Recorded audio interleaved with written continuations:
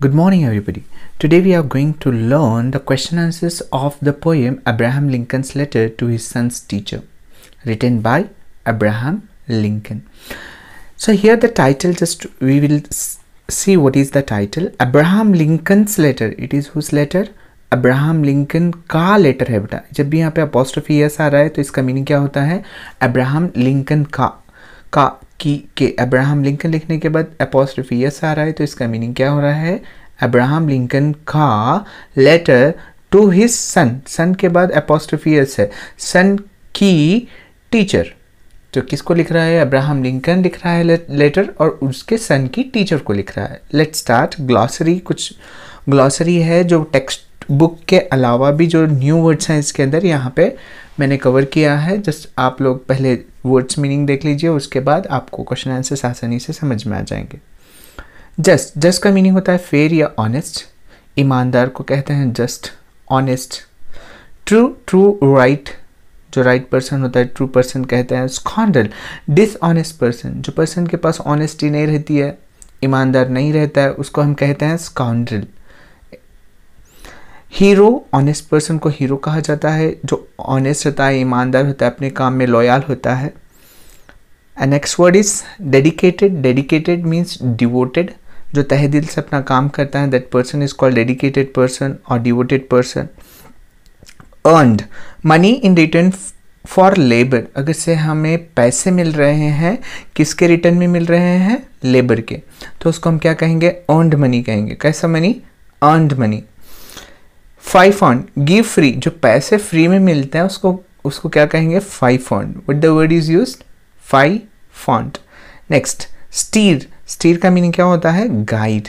किसी को हम गाइड कर रहे हैं कि ये गलत है, ये सही है, उसको क्या कहेंगे? What's the word used in this poem? Steer. Next, other words are like envy. Envy का मीनिंग होता है जेलेसी. एनवी का मीनिंग क्या होता है? Yes, jealousy. किसी को देख के हम जेलस फील करते हैं ना, that is called envy. Next, bullies. Bullies a person who use his strength to frighten weaken person. जो इंसान अपनी ताकत को इस्तेमाल करता है किसके लिए? टू फ्राइटन वीकर पर्सन, जो कमज़ोर हैं उनको परेशान करने के लिए अपनी ताकत का इस्तेमाल करने वाले पर्सन को हम क्या कहेंगे? बलीज कहेंगे. लिक का मीनिंग होता है डिफीट इजीली, आसानी से जिसको हरा सकते हैं उसको हम कहेंगे lick. And the next word is ponder, PONDER, ponder. Ponder का मीनिंग क्या होता है? Think, not yes, think. सिर्फ क्या रहेगा? थिंक. एटर्नल. एटर्नल का मीनिंग होता है नेवर एंडिंग, जिसका कोई एंड नहीं है उसको कहते हैं हम एटर्नल. क्या कहते हैं? Yes, eternal. Next word is early. Early का मीनिंग होता है सून, जल्द ही. मिस्ट्री. मिस्ट्री का मीनिंग होता है बियॉन्ड ह्यूमन अंडरस्टैंडिंग, जो ह्यूमन अंडरस्टैंडिंग से बहुत दूर है उसको कहते हैं मिस्ट्री. तो जो हमें समझ में नहीं आती, इंसान को समझ में जो चीज़ें नहीं आती उसको क्या कहेंगे हम? मिस्ट्री. क्या कहेंगे बेटा? Yes, mystery. For honourable, deserving respect. Honourable, for honourable, बहुत जो रेस्पेक्ट डिजर्व करता है उसको हम कहते हैं ऑनरेबल. फेथ. फेथ का मीनिंग होता है ट्रस्ट, भरोसा. Gentle, kind. जेंटल का मीनिंग क्या होता है बेटा? काइंड, जो रहमी के साथ बिहेव करता है, जेंटल, काइंड पर्सन हम बोलते हैं ना. बैंडवेगन. बैंडवेगन का मीनिंग होता है popular activity. Which kind of activity? Popular activities को हम क्या कहते हैं? Bandwagon. Scoff, to make fun of. Scoff का मीनिंग क्या होता है? किसी का मजाक बनाना, to make fun of.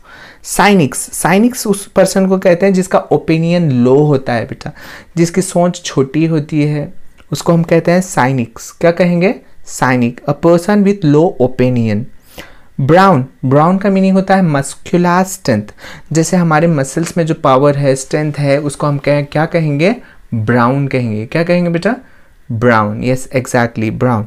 And after brown we are having the another word bidders. Bidders. Bidders का मीनिंग होता है person who offers to buy in an auction. Auction मतलब जो बोली लगाते हैं उन पर्सन्स को कहते हैं ऑक्शन नीलामी, सॉरी, नीलामी को ऑक्शन कहते हैं, और जो पर्सन उसमें बोली लगाता है उसको बिडर्स कहते हैं. अब जैसे एग्जाम्पल, मैं ये पेन बेच रहा हूँ तो मैंने कहा कि इस पेन की कीमत है 5 रुपीज़, तो somebody says that 10 rupees, somebody says 15 rupees. तो वो जो बोलने वाले हैं 10, 15, 20 वही क्या होते हैं? बिडर्स होते हैं बेटा. प्राइस टैग आप कोई चीज़ खरीदते हैं तो उसके साथ आपको एक प्राइस टैग मिलता है, उसके ऊपर लेबल रहता है कि कितने में खरीदा, कितना उसका प्राइस है, तो उसको कहते हैं price tag. A label showing price, price tag का मीनिंग क्या होता है बेटा? A label showing price. Howling mob, crowd of people, जो ग्रुप ऑफ पीपल, क्राउड जो है लोगों का, उसको हम क्या कहते हैं? Howling mob. Cuddle, hold close to the body, बहुत बहुत पैम्पर करके रखना, उसको कहते हैं हम कडल। बहुत से लाड करना, जिसको हम उर्दू में यूज़ करते हैं लाड करना, cuddle, don't cuddle. Impatient means quickly irritated, impatience किसको कहते हैं? जो क्विकली इरिटेट होता है उसको इम्पेशेंट कहते हैं बेटा। सब्लाइम, सब्लाइम का मीनिंग होता है कंप्लीट और सुप्रीम। मैनकाइंड, ह्यूमैनिटी को कहते हैं, मैनकाइंड किसको कहते हैं? Humanity. And after that we are having some more words. Only the last word is fellow. Fellow का मीनिंग होता है बॉय और एल्स पर्सन, पर्सन भी कह सकते हैं हम, बॉय भी कह सकते हैं फेलो को। Let's start with comprehension questions. The comprehension check questions are here. ये सारे क्वेश्चन जो हैं टेक्सुअल क्वेश्चन हैं। हम एडिशनल क्वेश्चंस जो है नेक्स्ट जो पार्ट 2 है उसके अंदर हम कवर करने वाले हैं। आज हम सिर्फ टेक्सुअल क्वेश्चन को कंप्लीट करने वाले हैं। कौन सी पोएम का? Yes, Abraham Lincoln's letter to his sons teacher, exactly. तो चलिए पहला क्वेश्चन क्या है, देखिए। Answer the following questions briefly. Briefly मतलब as short as possible, briefly हम आंसर करने वाले हैं। इन द फर्स्ट लाइन ही refers to dash and I refers to dash दिया गया है क्वेश्चन में। तो हम लोग ही किसको बोला गया इस पोएम की फर्स्ट लाइन में बेटा? फर्स्ट लाइन में ही किसको बोला गया है? अब्राहम लिंकन्स सन को बोला गया। ही हैज टू लर्न, ऐसा बोला है ना सेंटेंस, जाके चेक कर लीजिए टेक्स्ट बुक में है या नहीं है फर्स्ट सेंटेंस जिसमें लिखा गया ही हैज टू लर्न। तो अब ये ही कौन है? अब्राहम लिंकन का सन है। और आई कौन है? आई नो बोल के बोल रहा है अब्राहम लिंकन, तो अब्राहम लिंकन ही है बेटा। जो आई बोल रहा है, आई मैं जानता हूं बोल के बोल रहा है ना, तो मैं कौन है अभी यहाँ पे? अब्राहम लिंकन है बेटा। Let's go to the second question.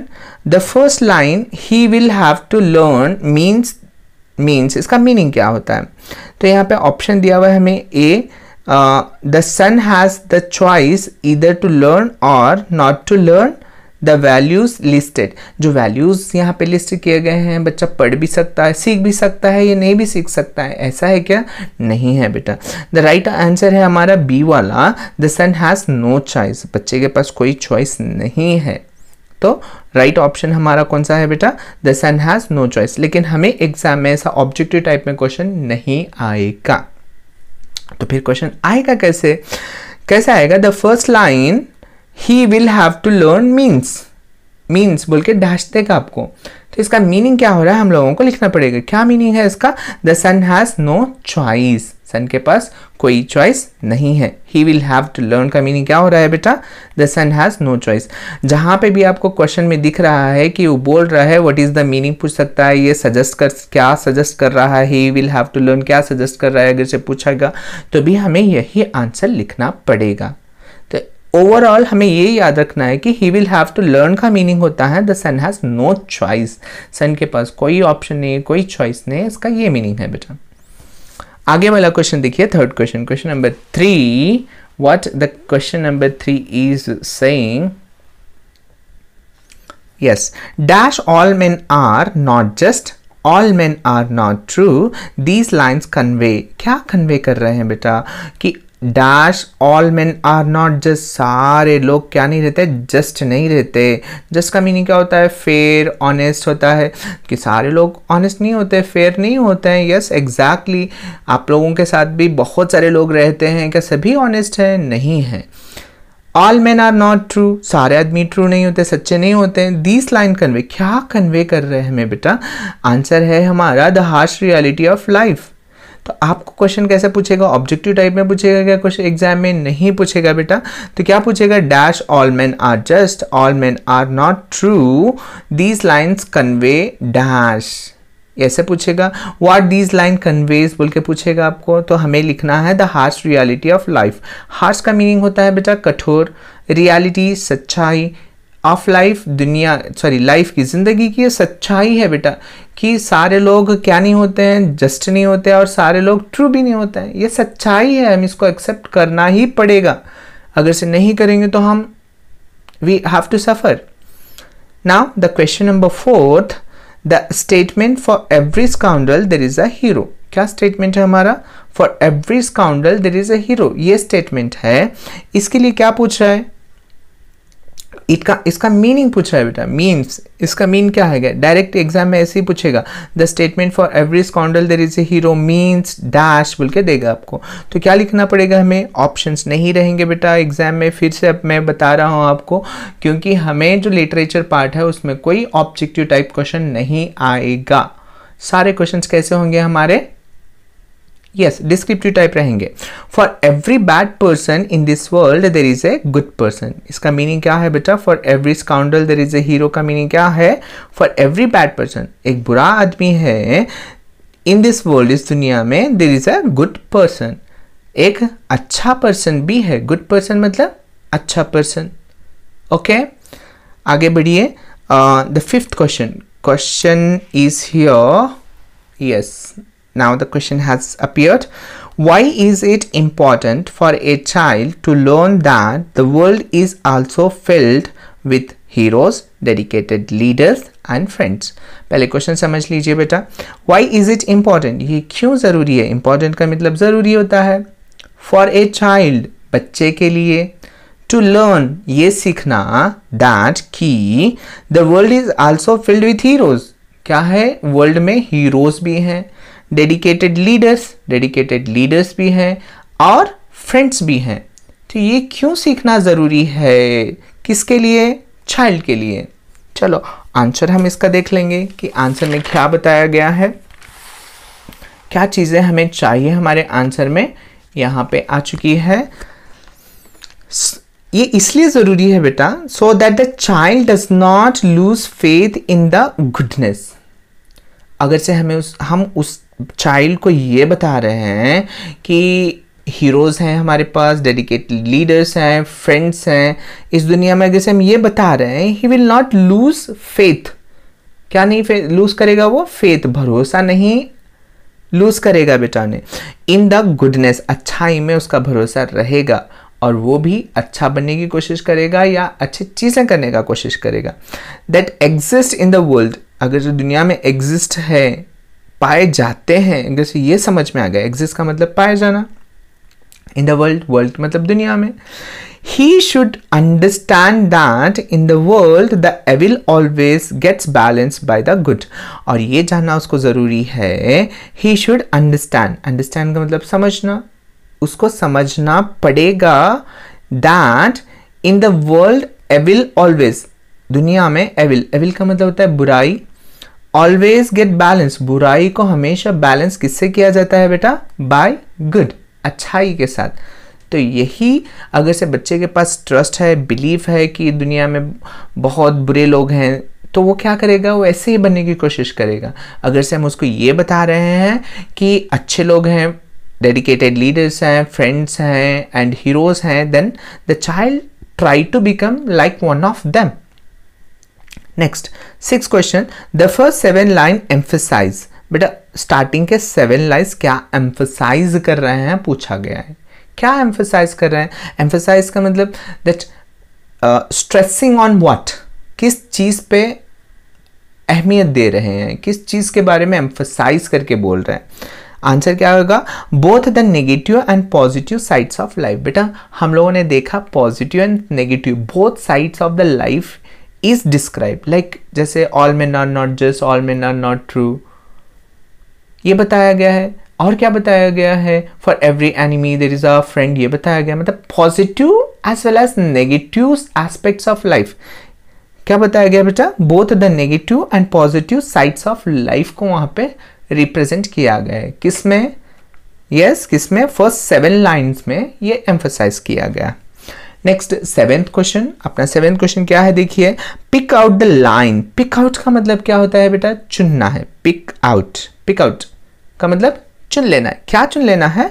The line which says, वो लाइन को चुन लेना है जो बोल रही है हमें that hard earned money has greater value than easy money. जो लाइन में ये बताया गया है कि जो मेहनत करके पैसे कमाए हुए रहते हैं उनकी वैल्यू ज्यादा होती है इजी मनी से। इजी मनी मतलब जो हमें आराम से हमें जो पैसे मिल रहे हैं उन पैसों से जो कमाए हुए पैसे हैं उनकी कीमत ज्यादा होती है। ऑब्वियसली होगी ही बेटा। वो लाइन ये है that a dollar earned is for more value than 5 pound. यही लाइन बोल रही है बेटा कि अर्नड पैसे जो हमारे हैं ना उसकी वैल्यू मोर होती है दैन किससे?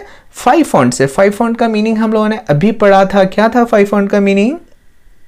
यस एग्जैक्टली 5 पाउंड का मीनिंग क्या होता?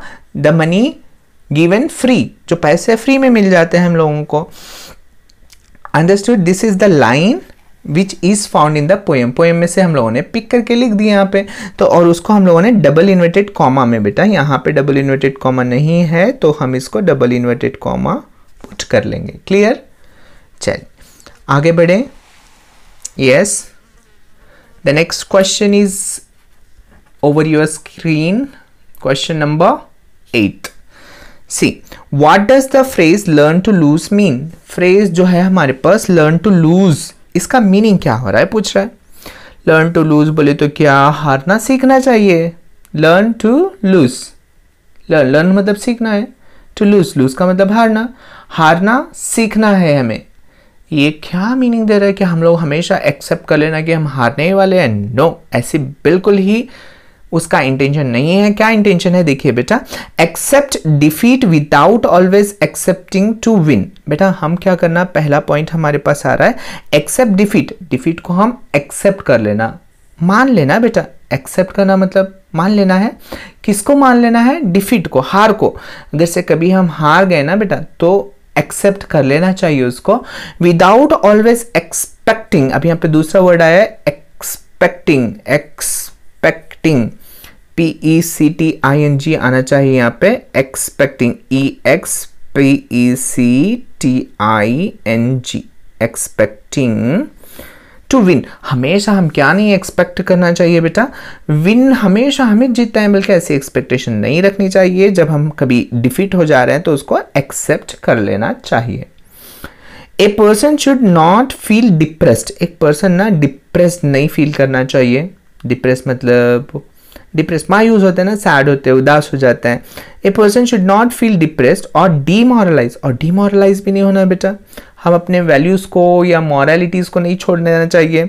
अपॉन लूजिंग, जब हम हार जाते हैं तो हम डीमोरलाइज या डिप्रेस्ड नहीं होना चाहिए। तो ये दूसरा वाला पॉइंट हो गया हमारा यहाँ से यहाँ तक। पहला वाला पॉइंट यहाँ से यहाँ तक है। तो कैसे याद करेंगे? बड़ा वाला क्वेश्चन है तो हम इसको ऐसे याद करेंगे बेटा, accept defeat without always expecting to win. इतना पॉइंट पूरा एक साथ याद करेंगे। कैसे? Accept defeat without always expecting to win.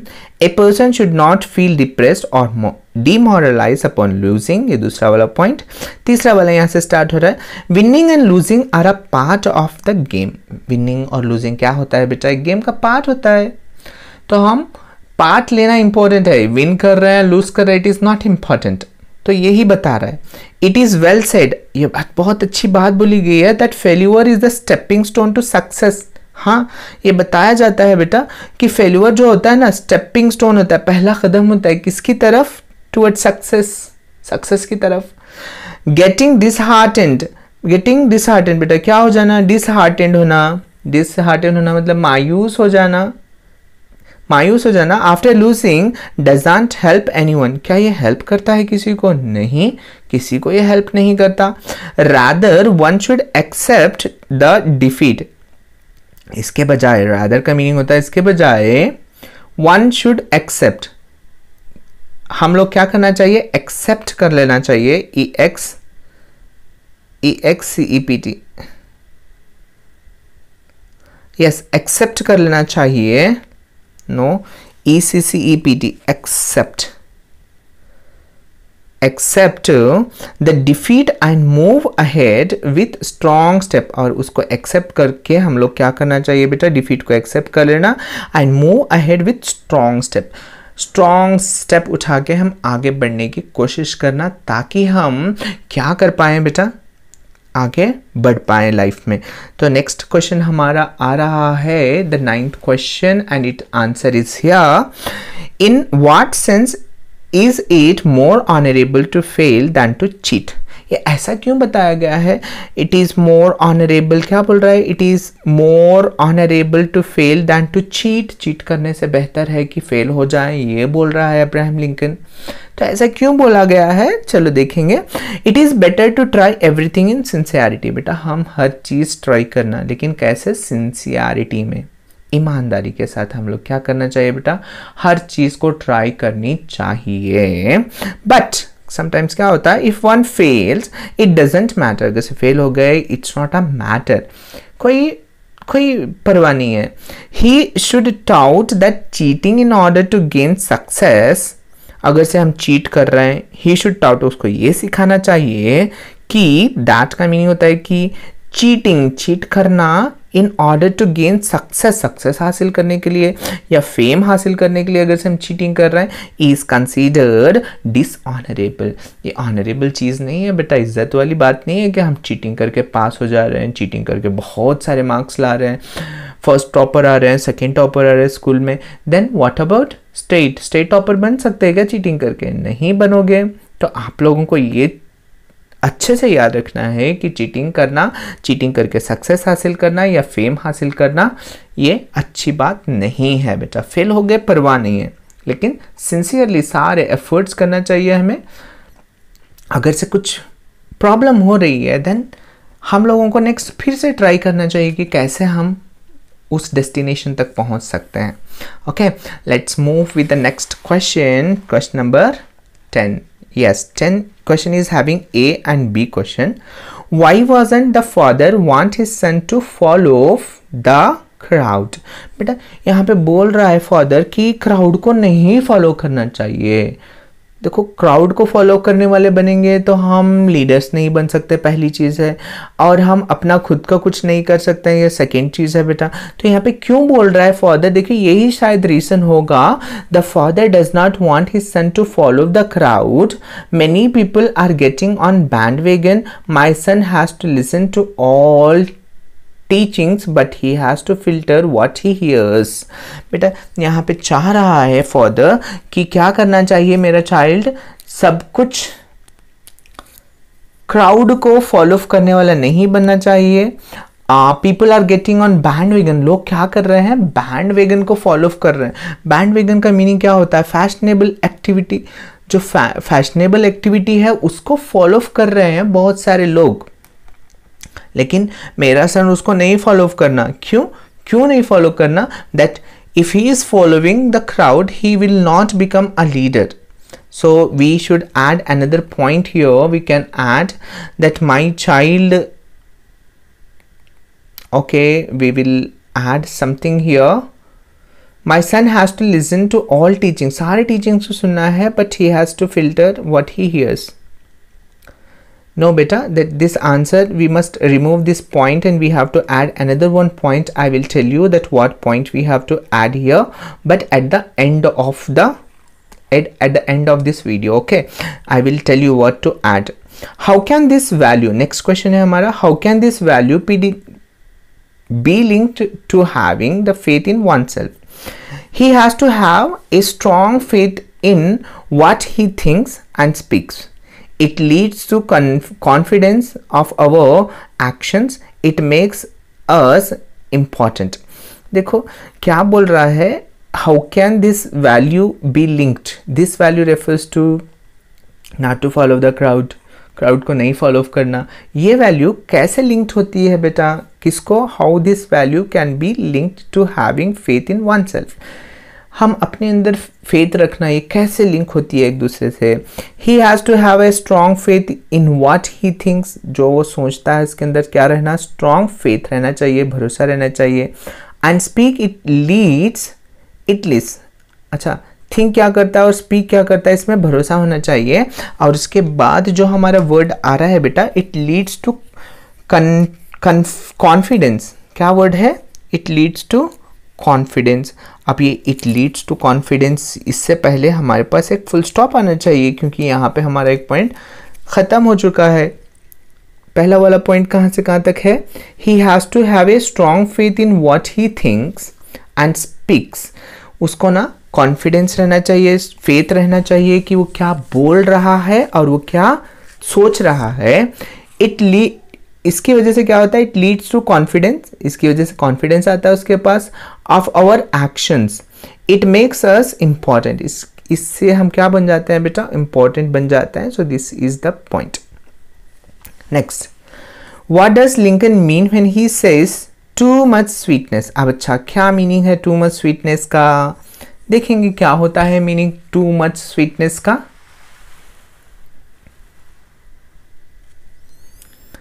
See, Lincoln's means that when people are over sweet, जब लोग क्या हो जाते हैं? ओवर स्वीट, मतलब मीठे से भी ज़्यादा मीठे बन जाते हैं आपके साथ। It is done for some motive, तो समझ जाना चाहिए कि इनके पीछे कुछ ना कुछ मोटिव है। टू मच फ्लैटरी, जो टू मच फ्लैटरी की जाती है, इज़ डेंजरस, ये डेंजरस होती है बेटा। तो इसलिए वो बोल रहा है कि टू मच स्वीटनेस का मीनिंग क्या होता है? Lincoln means that the people are over sweet, it is done for some motives, too much flattery is dangerous, ये डेंजरस चीज होती है, यही बता रहा है। What kind of a listener does father want his sons to B?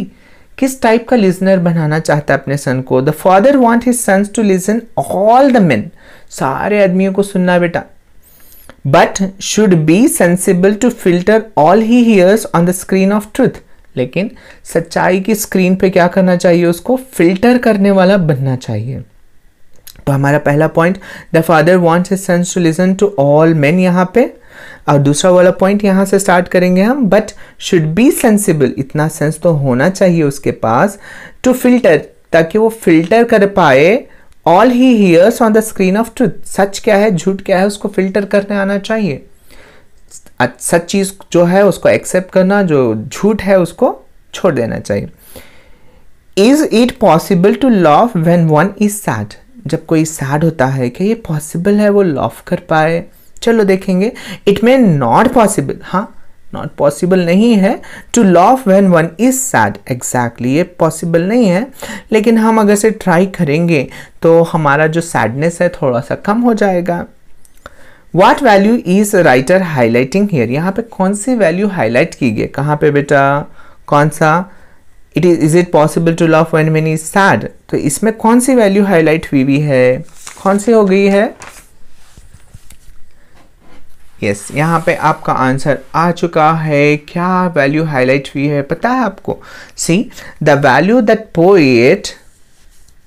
the poet is highlighting is that half of our sorrow vanishes when we laugh, we develop a positive attitude towards the life। कौन सी attitude develop होती है हमारी? Positive life, positive attitude develop होती है बेटा।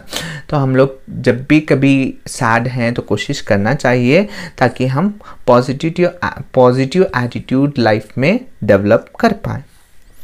तो कैसे याद करेंगे? The value that the poet is highlighting here is that half of our sorrow vanishes when we laugh, we develop a positive attitude towards the life, this is the value। what does the poet father mean by close his ears to a howling mob? अब यहाँ पे क्या बोल रहा है poet father?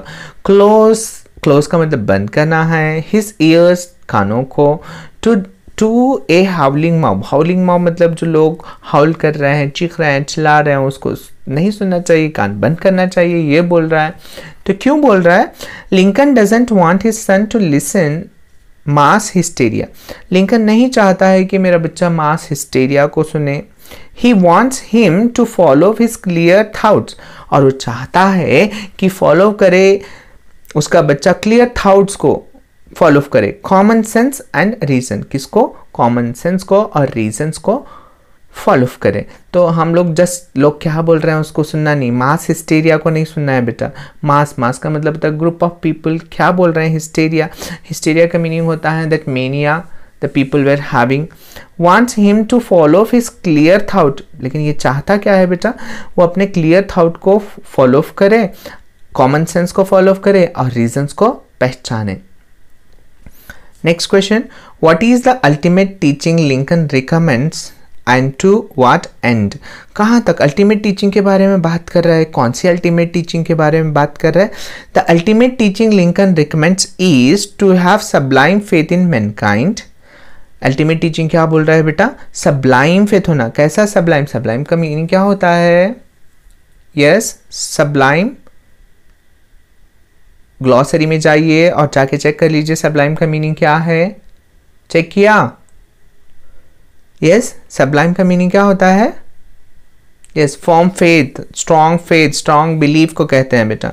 इन Mankind के अंदर क्या होना चाहिए? हमारा स्ट्रॉन्ग बिलीफ होना चाहिए, विच इज पॉसिबल, जो पॉसिबल है only when one has faith in one self. जब हमें हमारे अंदर भरोसा होगा तो हम क्या करेंगे बेटा? सब्लाइम फेथ रखेंगे। किसमें? मैनकाइंड में। Next, what does, next question we have to move. Yes, now we are having the question number 16.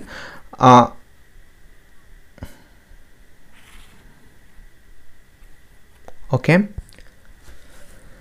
question number 16. Lincoln does not want his son to put a price tag on his soul. What does he mean by this?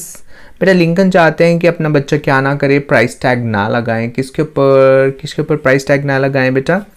Price tag on his soul के ऊपर। Soul के ऊपर कोई price tag ना लगाएं, कोई कीमत वाली चिट ना लगाएं। What does he mean by this? इसका मीनिंग क्या है पूछ रहा है। चलो देखेंगे मीनिंग क्या होगा। Those who put a price tag on their souls are the ones who sell their soul. वो पर्सन होते हैं जो प्राइस टैग लगाते हैं, वो पर्सन होते हैं जो अपनी रूह को, अपनी आत्माओं को बेचते हैं बेटा। मीन्स करप्ट काम में इन्वॉल्व हो जाते हैं। For a price would mean involving A corrupt practice. इसका मीनिंग होता है कि वो करप्ट प्रैक्टिस में इन्वॉल्व है। Next question, Why is it essential for someone to have sublime faith in mankind? ये क्यों ज़रूरी है कि हमें हमारा फेथ कैसा होना चाहिए? सब्लाइम फेथ होना चाहिए मैनकाइंड में। इससे क्या होगा बेटा? क्यों ज़रूरी है? Why is it essential? Essential का मतलब ज़रूरी। For someone to have, किसी के लिए क्यों ज़रूरी है सब्लाइम फेथ इन मैनकाइंड? इंसानियत पे क्यों भरोसा होना चाहिए हमें? देखो मैनकाइंड का मीनिंग इंसानियत होता है। Since Mankind is an extension of man, ये मैनकाइंड जो है ना बेटा, ये एक्सटेंशन ऑफ मैन है, मैन का एक्सटेंशन है। Having faith in Mankind means, अगर से हमें हमारा फेथ मैनकाइंड में है, इसका मीनिंग क्या होता है? Having faith in one self. हमें हमारे अंदर भरोसा होता है बेटा। अगर से हम मैनकाइंड के अंदर भरोसा कर रहे हैं तो हमें हमारे अंदर भी भरोसा होगा। And vice versa, vice versa का मीनिंग इसका opposite.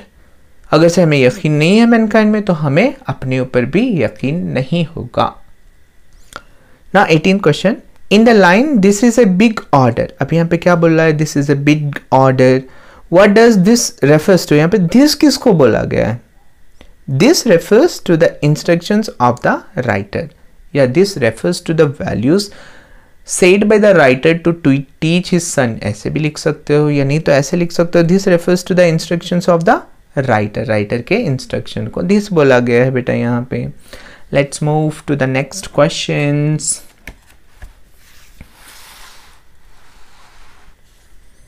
B question, what does a big order mean? Big order का मीनिंग क्या होता है? चलो देखेंगे बिग ऑर्डर का meaning. The big order means that the writer wants his sons teacher to teach the things to his son said by him. Big order यही है कि जो वैल्यूज सिखाने के लिए बोला जा रहा है वो वैल्यूज सिखाएं। The big order means, big order का मीनिंग ये है कि द राइटर, जो राइटर है, वांट्स मतलब चाहता है, हिज सन्स टीचर, उसके सन्स के टीचर को ये चाहता है to teach the things to his son, उसके सन को ये चीजें सिखाए, सेड बाय हिम, जो वो बता रहा है। ओके, नेक्स्ट 19th क्वेश्चन है हमारे पास। It is objective type of question बेटा, तो चलिए देखेंगे। When the father says this is a big order, it implies, इसका क्या मीनिंग हो रहा है? implies का मीनिंग भी क्या हो रहा है? मीनिंग ही होता है बेटा. इसका मीनिंग ये है that the task of teaching such values is too difficult. अब बेटा this is a big order बोल रहा है, तो ये टास्क जो है ना बहुत मुश्किल है कि सारे वैल्यूज सिखाना. Is it possible? नो, बहुत डिफिकल्ट है. That the task of teaching such values is too difficult for any teacher और any school. That's the right option. Next question is 20th question. देख लीजिए बेटा क्या है 20th क्वेश्चन हम लोग पढ़ेंगे. There are a few other expressions which indicate, जो इंडिकेट कर रहे हैं that the task of inculcating का मतलब होता है उसके अंदर वो क्वालिटीज़ को फिल करना, इनकलकेट करना, उनको सिखाना, उसको प्रैक्टिस में लाना, ये होता है. Such values is not easy for a teacher, एक टीचर के लिए बहुत मुश्किल टास्क है, और ए स्कूल या स्कूल के लिए. Pick out the expressions. So कौन से एक्सप्रेशंस हैं ये जो बता रहे हैं? देखो यहाँ पे कुछ एक्सप्रेशंस हैं पोएम में, कुछ लाइन्स हैं ये जो ये बता रहे हैं कि ये जो टास्क अब्राहम लिंकन दे रहे हैं ये बहुत ही मुश्किल है. जैसे पहला वाला लाइन है हमारी पोएम में, it will take time I knew, वो बता रहा है कि ये टाइम लेगा, मुझे पता है. दूसरा वाला एक्सप्रेशन है but teach him if you can, और दूसरा वाला क्या बोल रहा है? अगर से हो सके तो सिखाइए. Try to give my son the strength, और बोल रहा है कि try to give my son the strength but see how what you can, but see. और एक सेंटेंस है हमारे पास बट सी, यहाँ पे आके हम लोग एक कॉमा पुट करेंगे बेटा. But see and how what you can do, और आप क्या कर सकते हो, या हाउ ये वर्ड भी बता रहा है कि ये इट्स अ डिफ़िकल्ट टास्क. सो ये सारे एक्सप्रेशंस हैं, ये बता रहे हैं कि वो जो वैल्यू सिखाने के लिए बोल रहा है वो बहुत डिफ़िकल्ट हैं. Next question. ओके, एंटोनिम्स दिया हुआ है बेटा कुछ. The poem has a long list of contrasting values. Contrasting मतलब होता है अपोजिट. अपोजिट वैल्यूज़ हैं, जैसे स्कॉन्डल है, हीरो है, सेल्फिश पॉलिटिशियन है, डेडिकेटेड लीडर्स हैं. ये दोनों एंटोनिम्स हैं बेटा, अपोजिट वर्ड्स हैं. Pick out the rest from the poem. Poem में से और दूसरे निकालिए बता रहा है हम लोगों को. एनिमी, फ्रेंड, ये भी है बेटा, अपोजिट है, एंटोनिम्स हैं. डॉलर अर्न, 5 पॉइंट है इसका अपोजिट.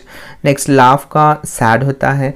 ऐसे ही ना ये वर्ड्स एंटोनिम्स यहाँ पे यूज़ किए गए हैं, तो उनको पिक आउट करना था, हम लोगों ने किया है यहाँ पे. Okay, now the question number 22.